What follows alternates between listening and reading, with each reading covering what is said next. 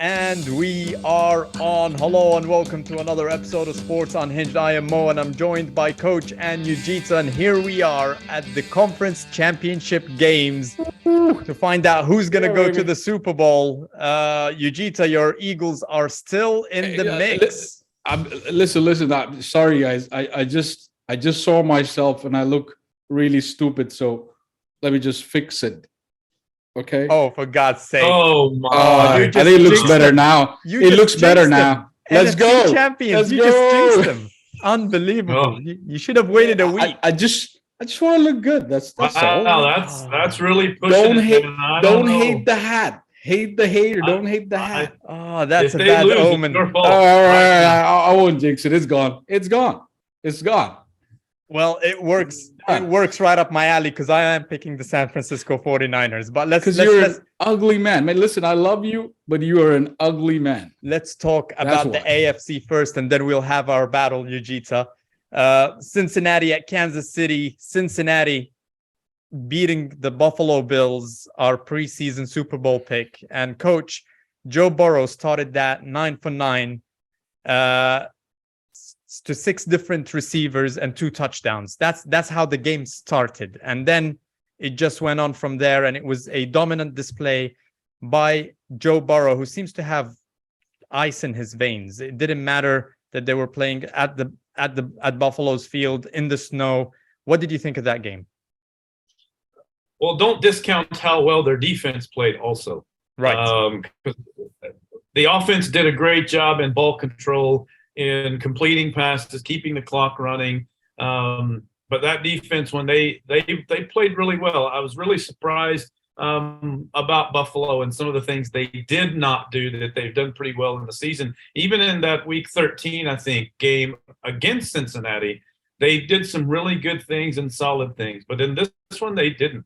And listen, Joey B, man, I don't know how to explain. He just gets in that role and in that trance, and it's like he sees everything in slow motion, as they say, even though it's going NFL speed. I didn't watch the whole all 22, but the decisions I saw him make on the quick and on the fly, such good decisions at the right time, at the right pass, at the right down and distance.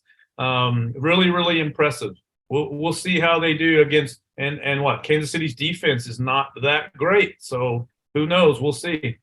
Yujita, were you surprised that Leslie Frazier was not able to adjust early on to what Cincinnati were throwing at them from the Buffalo Bills side? Yeah, absolutely. I mean, this is what we talked about, that their O-line is already banged up. I think he should have made better use of that trench warfare, and we didn't really see that. And we saw Bengals really winning that scrimmage line. I think their run game, 170-plus yards, 85 after contact. So, before contact, sorry. So I don't know what they were doing. And they played zone, I think. And this is where Burrows is really good. I mean, even Josh Allen is really good, but he almost Burrows tricked them is with a better his eyes. zone player. He tricked them with his eyes every time. They would actually be looking at him, and then he would find the open man by sending the whole defense in the opposite direction. That's right. And then you had really great blocking schemes as well in front of him. And Cincinnati just went through their natural form, and this is exactly what they'll have to do with KC. Not too much special, but I think they can manage that KC defense if they played the way they did. Yeah. So very surprising from Leslie Frazier that he didn't take advantage. Now, we'll talk about Kansas City in a bit, but before we move on from Cincinnati, Coach, I wanted you to talk us through a couple of plays from the Cincinnati side. So let me just put those on my screen right now. This was the touchdown to Jamar Chase, and we can play it. It's a video, so we'll see how it transpired, right? But can you just talk us about the lineups starting there? It was a blown safety cover there.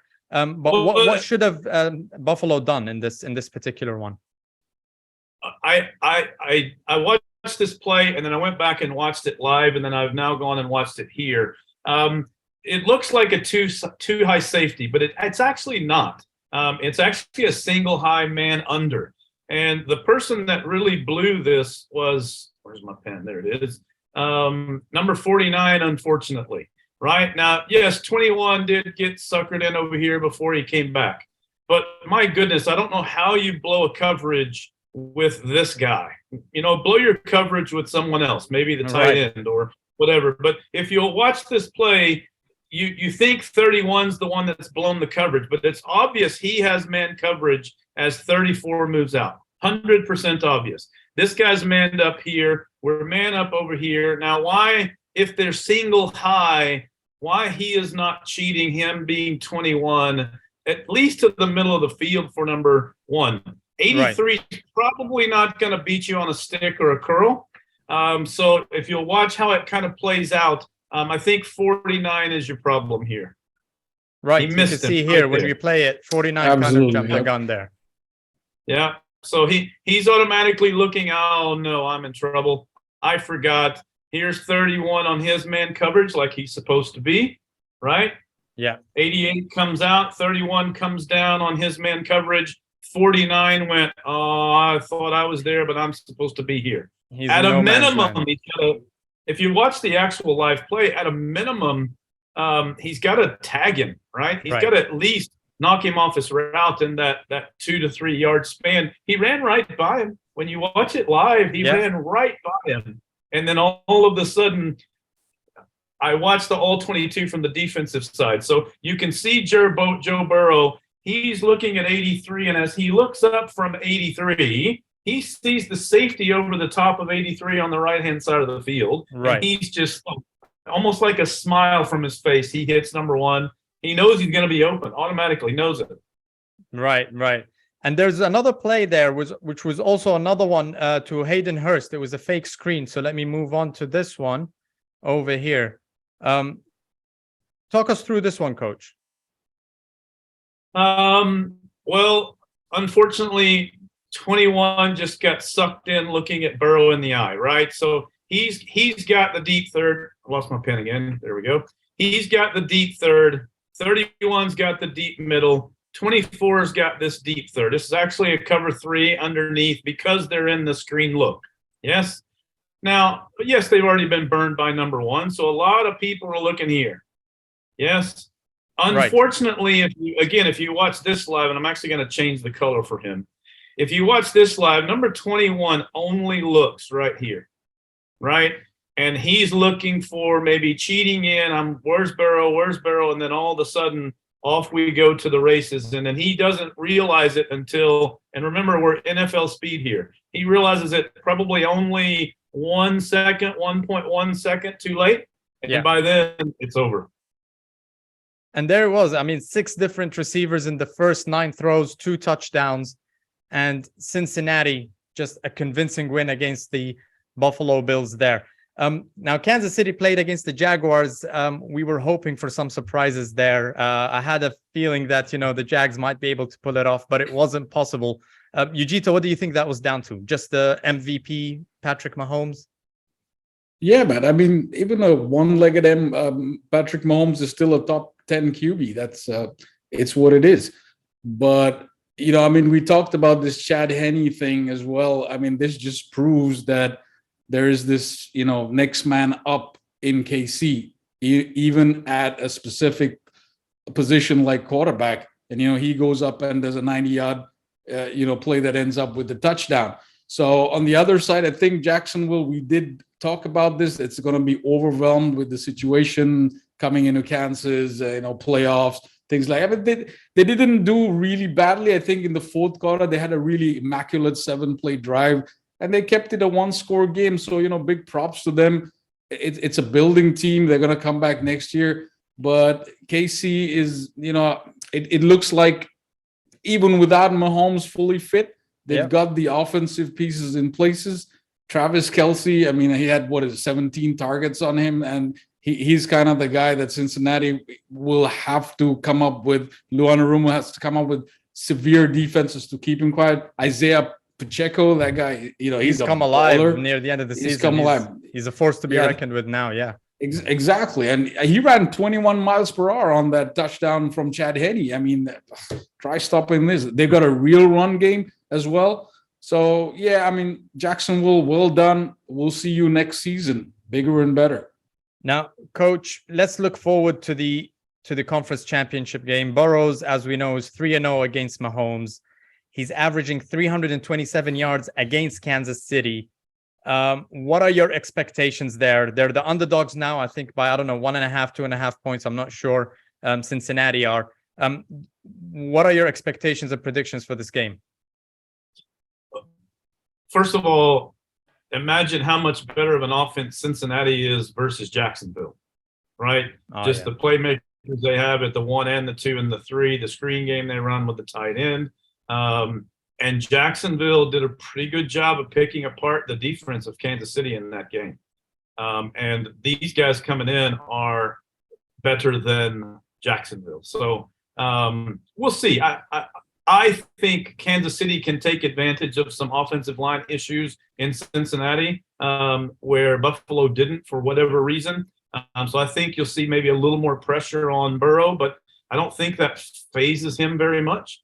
He knows within that first half a second to 1 second what he's seeing, and the ball's out of his hands. I think he's number 1 in the league, maybe a 2.62 average of throwing, and also top 5 in completions. So it's not like he's running for his life and throwing it away. I suspect Cincinnati wins this game. I don't know how KC is healthy enough, but I think they win it because I don't think the Kansas City defense is good enough to stop Cincy as well as Cincy is playing at the moment. But I also see maybe a pretty high scoring game, honestly. I can see it being like a 36-30 or something like that. Definitely. But I think Cincinnati wins the game. I have them canceling each other out, but I tend to agree with you there, Coach. And I looked at one statistic here. If they pressure Mahomes, or if they're successful in pressuring Mahomes has the highest number of interceptions under pressure after Dak Prescott in the whole of the NFL. I mean, his numbers tumble quite significantly when he's under pressure. So, I mean, another thing is that Burrows doesn't seem to be fazed by his surroundings. I think if he wins this game, they can change Arrowhead to Burrowhead. I mean, he could own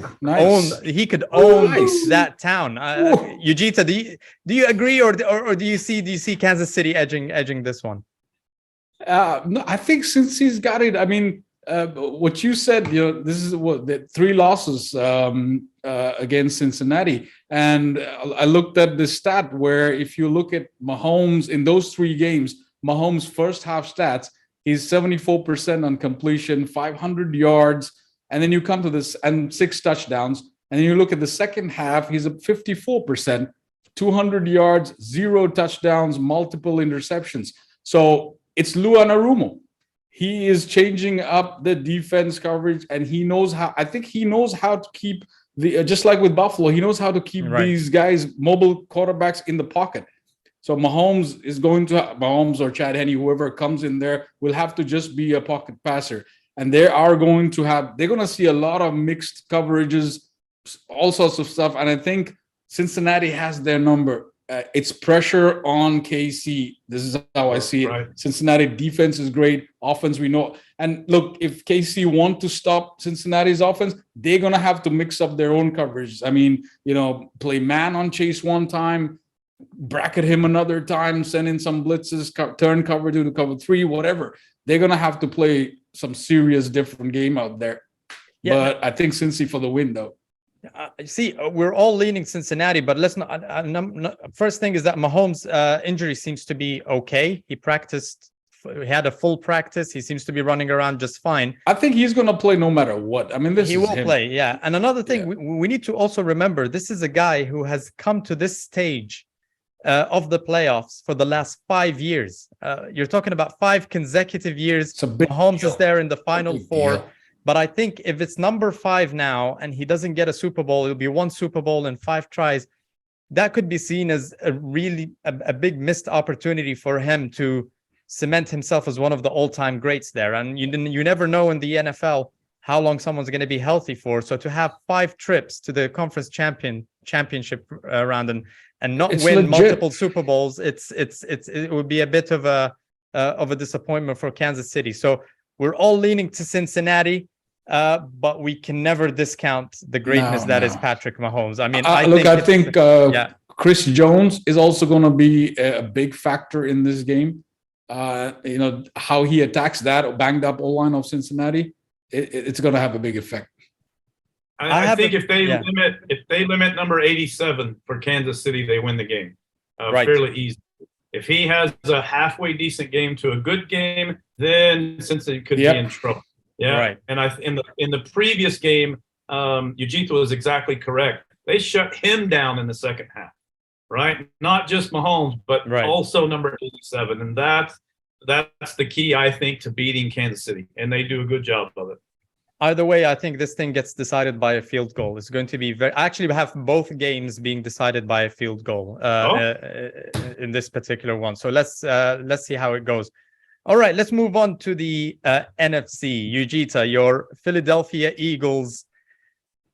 I mean, I could say it's a bit of fool's gold there, playing a kind of a Pop Warner team in the New York Giants. It would have been the same with the Minnesota Vikings, but are you feeling yourself going into this championship game? Do you feel confident? Well, don't do that on camera. Don't do that you saw the hat. I'm halfway there, man. Come on. I mean, like I told you, I love you, man. And you know, you have a great podcast, but you're an ugly, revolting man.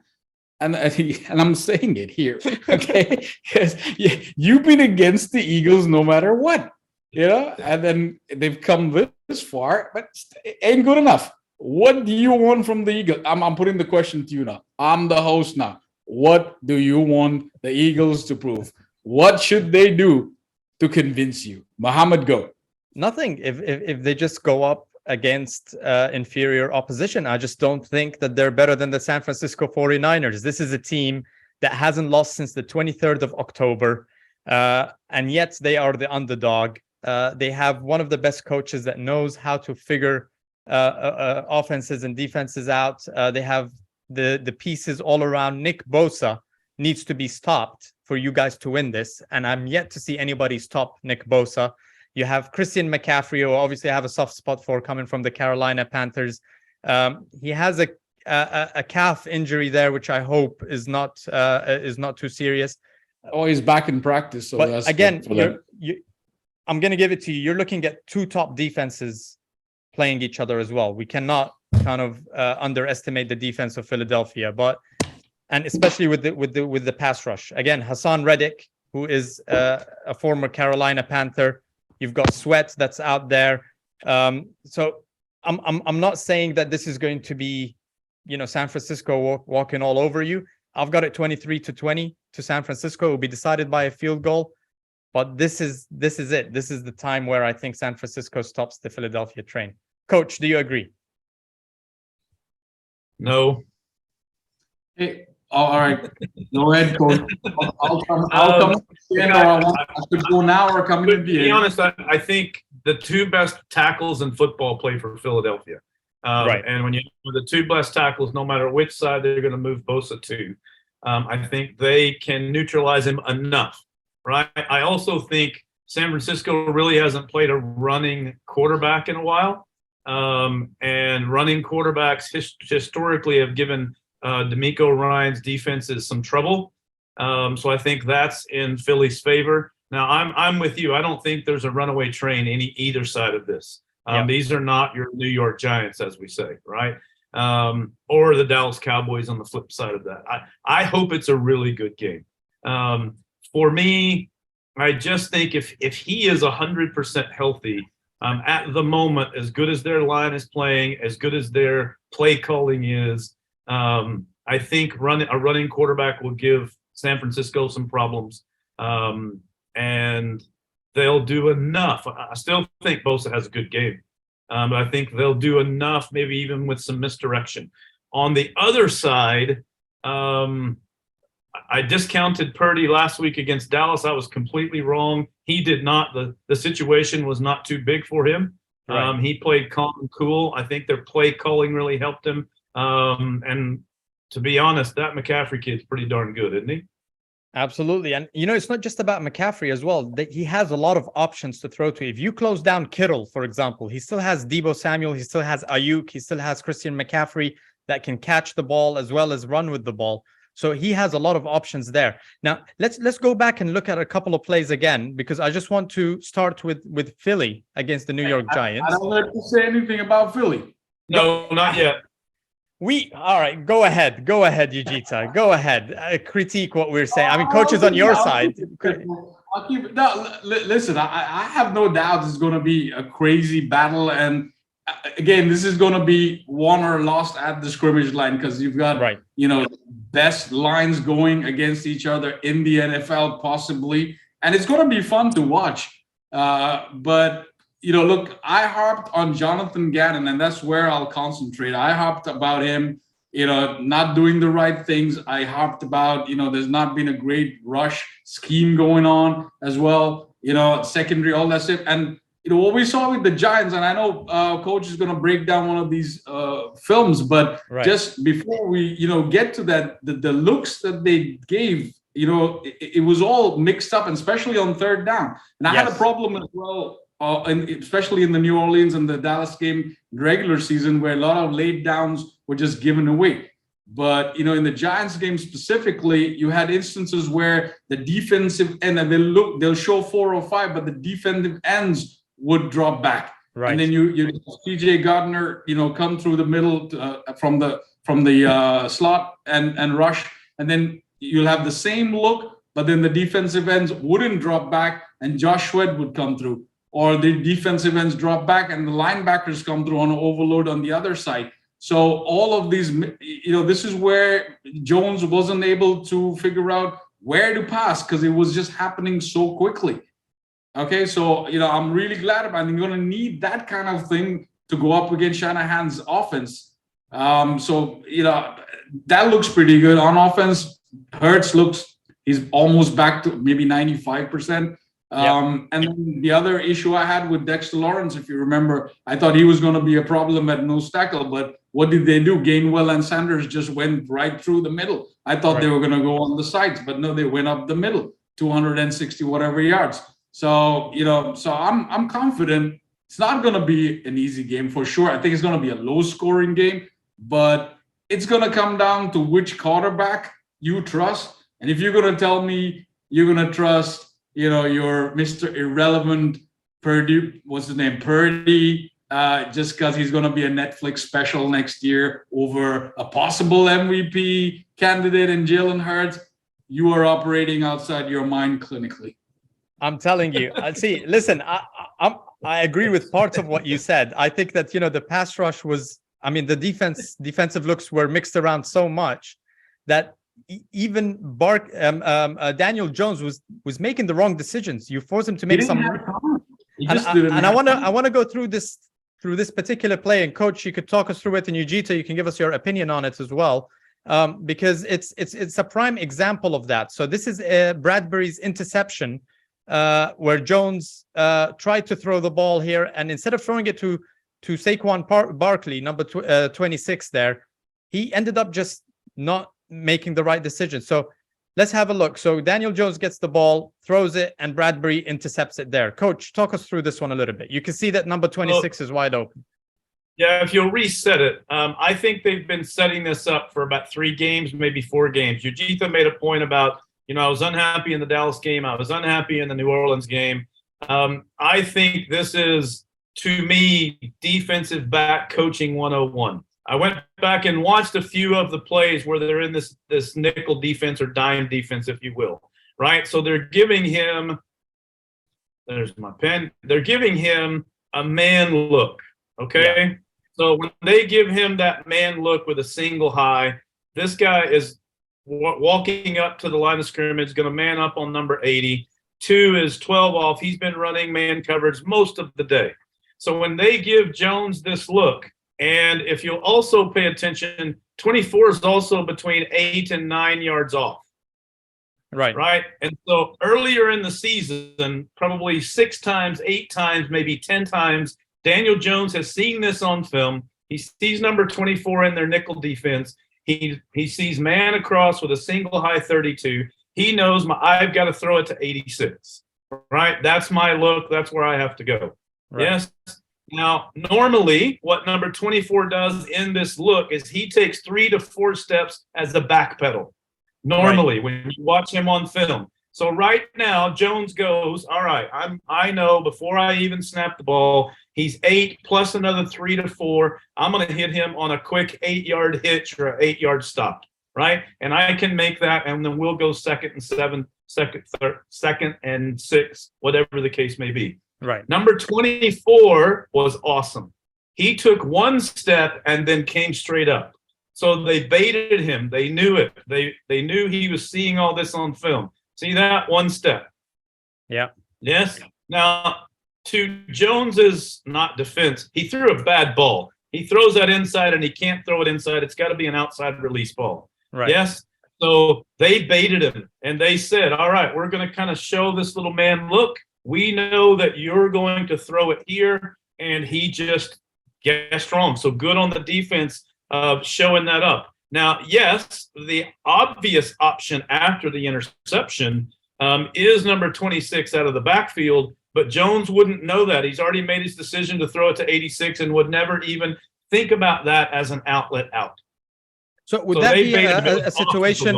Would that be a situation of a play where you have to go with your first look because it's kind of like a quick play? So I don't know if it's a first look for him as much as I think for him, at least as I understand Brian Daboll's offense, right, your first looks change depending upon what front they give you. So in a normal quarterback, first look, second look, third look, normal quarterback, not normal, probably half the quarterbacks in the NFL, they know I've got to look here first. For Daboll's offense, and this is why Allen was so good at it in Philly, he could change all that on the fly, and so could the receivers. The Giants are struggling with it a bit, but the first look is probably number 18, likely, because if you look at Burrow, when he walks up to the line of scrimmage, his first look is here. Yeah. Yeah. And then he notices that 24 is about 8 yards off or so, and then he immediately changes in his brain, and you can see it happen. And I think he did I've got the ball. I look the 1 second. I see the defensive back take his step back. I'm assuming he's going another 3 or 4. I'm throwing. And 24, I think, really good coaching. They've definitely practiced this in practice. He takes 1 step, and then he comes. Right? So they fooled Jones. Jones threw a bad ball. But they've been showing on film 3 back pedals, 4 back pedals, 3 back pedals. And this one, you definitely could tell on this one, 24 is like licking his chops. He's like, he's going to throw it here. I know he is. Now, he threw a bad ball, but still, it was fun to watch. Ujita, I mean, you can also look at number 23 here, how quickly he got to the quarterback. So the kind of pressure that you have as well, straight away, almost unblocked, straight to the quarterback. So is that something that you think Philly will be counting on to throw Mr. Irrelevant off his game early on in the game? Yeah, absolutely. I don't know if this was a third down play. I think it might have been, because this play right here was definitely a bear trap, because they've been showing similar looks all third down. If you go back like 3-4 third downs before this is one of the plays where the defensive ends didn't go back to cover. And Josh Sweat comes straight through. So they were ready for this play. They knew exactly where Daniel Jones was going to throw it, to the left side, because that's where Josh Sweat came from. And I think it was Gardner who had it fully covered. And for sure, this is where Purdy, you're going to have to keep him in the pocket and rush him with these similar looks, but disguised coverages, for sure. Now, the pass rush is really good, but you can still run the ball on Philly. I think that's the one area where they could probably take advantage there. Are you scared of the run game from San Francisco? Not initially, for sure. Now, one of the things we saw with Christian McCaffrey as well in last week's game was he wasn't really effective in the first half, if you remember. He was much more effective like mid-third quarter afterwards, when the O-line started to stir up a bit. So, like I said, it's all going to depend on how our D-line, which has been really good with all the sacks, hits the offensive line off San Francisco to cut off those lanes. So of course it's definitely going to be a worry, but I think that D-line can really handle it. Try to stop that game early on. Wrong game. I think Dallas made a conscious decision to stop the run, and I think they dared Purdy to beat them with his arm. And that's why you saw CMC very slow in the beginning. Even one of the jet sweeps, they had that covered pretty good with Ayuk early in the game. The screen game didn't work the first few times in the first half. They called it, but then they got behind on the scoreboard, right? So they can't just load up and stop the run. They need to, try to find some ways to stop the clock, not just stop the run. I don't know what Philly will do there. If it were me, I would make sure CMC doesn't beat me. I would challenge that quarterback and see if he really does have it. Yeah, and they did stop there. I think there was like 3 or 4 yards per carry maximum during the game, I think. So it is possible, but let's see how it goes. So safe to say, Ujita, that you're predicting that your Eagles are going to win this one. And Coach, plus, hey, you're playing in Philly, yeah. So you got know that what? as well. I will put 3 burgers on the line for this one. Oh, hey, oh. I'm down to 1 hour now. You're down to 8. I'll tell you that. You're down to 8. You are not down to 1 hour. I have checked the footage from the previous one. It's 8 hours in a McDonald's or 8 burgers. 8 hours. Yeah. 8. So you've got 8. I'm going to put 3 on the line. So this either takes you down to 5 or takes you back up to 11. 11. So yeah. I got nothing to lose. I already got the cap. I got nothing to lose. All right. There you go. I like it. All right, guys. It's going to be an exciting game. Now, let's talk a little bit about the NFL awards here. Just a quick fire round, right? So I'll give you guys the awards and who are the finalists. Let's start with MVP. So the finalists are Josh Allen. You've got Burrows. You've got Hurts. You've got Justin Jefferson, the token non-quarterback that they would put in there every year, who has no chance of winning it at all. And then you've got Patrick Mahomes. Ujita, I'm guessing Hurts for you? I like to say Hurts, but I think realistically, I did say Mahomes before, and I think I'll still stick with Mahomes for the moment. Yeah, I think Mahomes. Yeah, I think they'll probably give Hurts the offensive player of the year. Yeah, so you've got Tyreek Hill there, Hurts, Justin Jefferson again, Patrick Mahomes. So I think they split these between the two. Defensive player of the year, you've got Nick Bosa, Chris Jones, and Micah Parsons. Coach, I'll let you go first on this one. Bosa, runaway, right? Yeah, I think if had Dallas, although this is a regular season award supposedly, and I don't know why they don't award it right after the regular season, but had Dallas gone a little bit further in the playoffs, maybe Micah Parsons would have a chance. By the way, let's take a quick pause here and talk about that last play by the Dallas Cowboys. Why do we want to do that? We start last 5 minutes on a bomb call. How? I mean, I guess my question is this: do we now have the new worst play in NFL history, Coach? Yes, definitely. There's nowhere on any planet in the NFL where I can see that being a good last play trick play. There's no planet, right? I don't understand how you can put your $15 million running back and let him get absolutely planted. It's like they just put him up in front of a train, Was that Turpin? Was that Turpin who got slammed? Yes. I think it was supposed to end up with Ilya. But look, the way I see it, this just gives the Cowboys a reason to say, we lost that game because of this.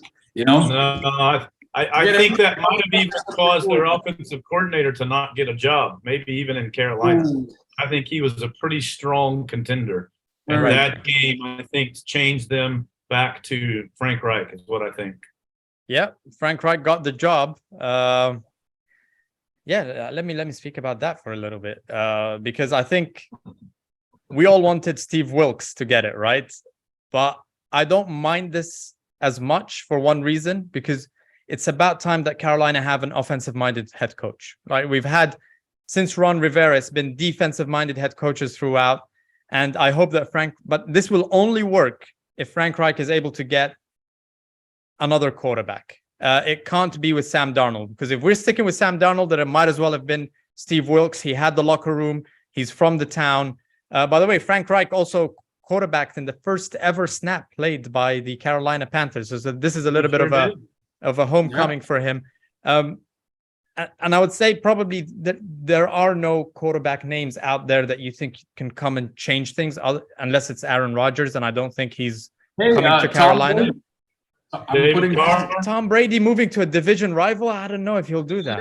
Listen, I mean, if Brady moves out of Tampa, he's gonna go to a place where the team is kind of okay, right? Kind of built. And, I'm going to say the Bears, okay, but that won't happen because of Fields. Panthers, How about the Raiders? Raiders, Houston, maybe, but I don't think you go to Houston, but no. He's going to go to a team where it's already halfway there and just go a little bit over, play one more season, get into the playoffs. Right. So why not? If he plays, Brady will go somewhere where there's a good offensive line and at least one playmaker on the outside as a number one receiver, and that's not the Panthers. Yeah. No, I've heard two other names that were floated around, and I really hope one of them doesn't come to the Panthers, and that's Derek Carr. He's going to be your quarterback. Oh my God, here we go. And the other one was Jimmy Garoppolo. I'd rather have Jimmy G. Yeah, I think he'll bring some character to the team there on offense as well. So let's see. He's a game manager. You're gonna need a hardcore quarterback. Look, Frank Reich likes game managers, though. Frank Reich does like game manager quarterbacks very, very much.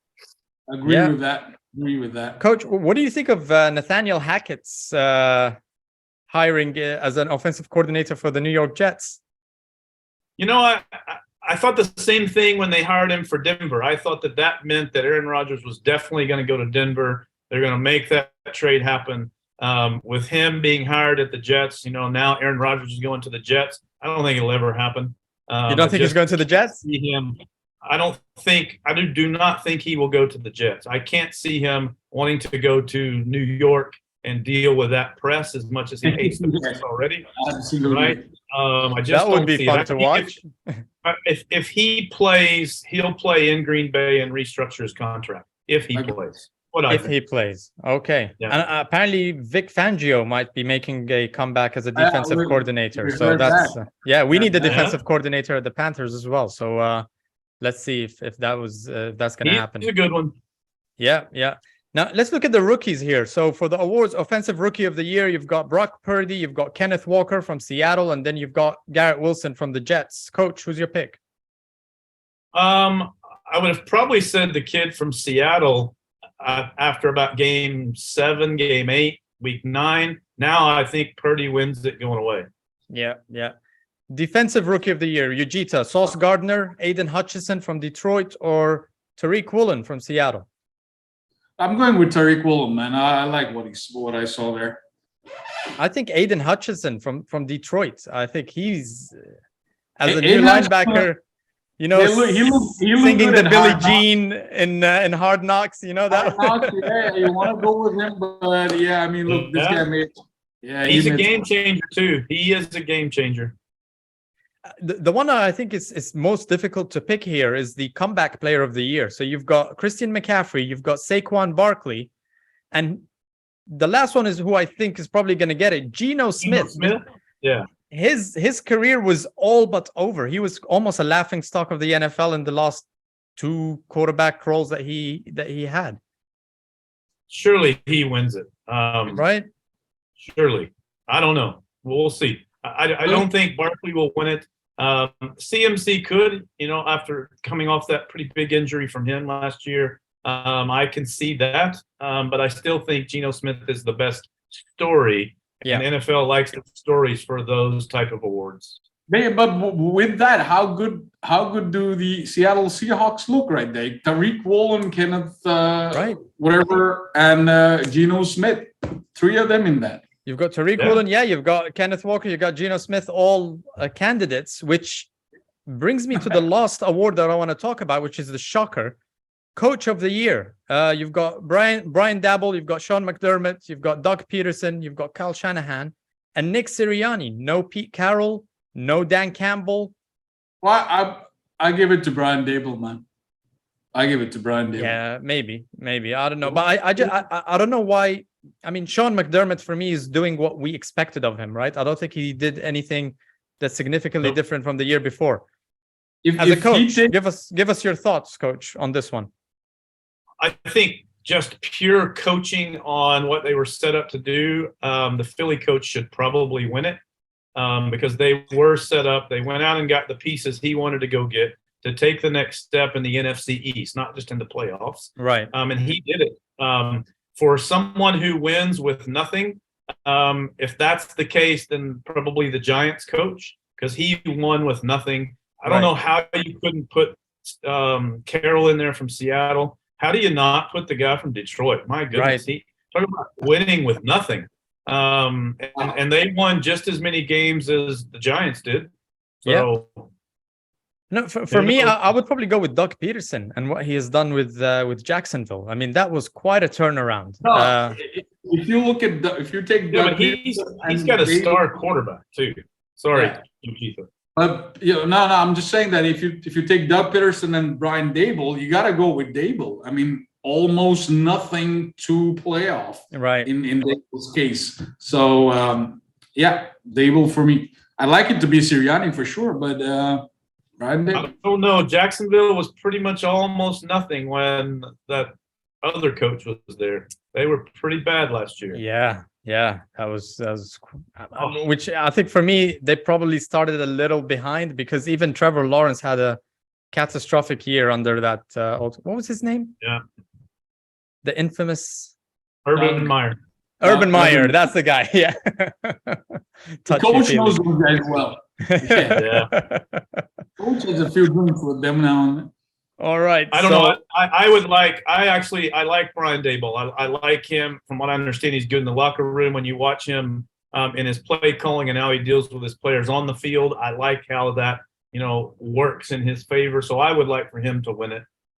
All right, cool. Now, before we wrap this up, Yujita, you've obviously predicted Philly to go to the Super Bowl and Cincinnati. That's your prediction. Who would you rather Philly go up against in a Super Bowl? KC. Why? Kansas City. Honestly, they're more predictable than Cincinnati. I honestly think that Anarumo will dial up some defensive looks that Eagles will find more difficult than Reed. Yeah, and who's the Spagnuolo is in defense yeah. in Kansas Right. City, right? All right. Okay. It's a tough one. I'm telling you, like, I've never struggled to pick games like this one. Did we hear Coach's prediction on the NFC game? I don't think we heard it. Did we? On the NFC game. Coach. Yeah. We didn't hear Nope, it. you did not hear it. That's right. Did I not? Oh, wow. Okay, Coach. He did not do it. He did not do it. I'll take San Francisco by a field goal. That's what I've got. 23-20. Wow. Yes. All right. That's exactly what our old friend Mark would do. The same thing. He would talk up Philly. He would say, "Oh, I like Philly's offense," and then when it came down for prediction, he'd be like, "Nah, I can't bet the Philly." No. Mark was all the way with me on 2017. All right. He trusted in me. He trusted in the Philly. We went all the way, and I know he's got Philly in my back this time. Listen, I'm saying Philly by a TD score, 27-20.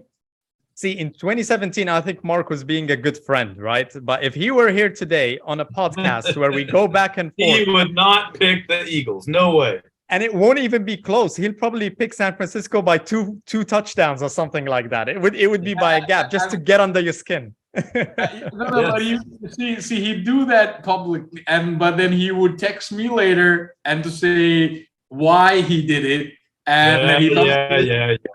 Okay. but I had to go with this way, and that's what he would do. I can't wait. I mean, it's gonna be. This is the toughest two games I've ever had to pick. I think it's the closest two games ever because you just Vegas don't know what's thinks gonna the same happen. way. I mean, that just tells you that the four best teams are up there. Yeah, absolutely.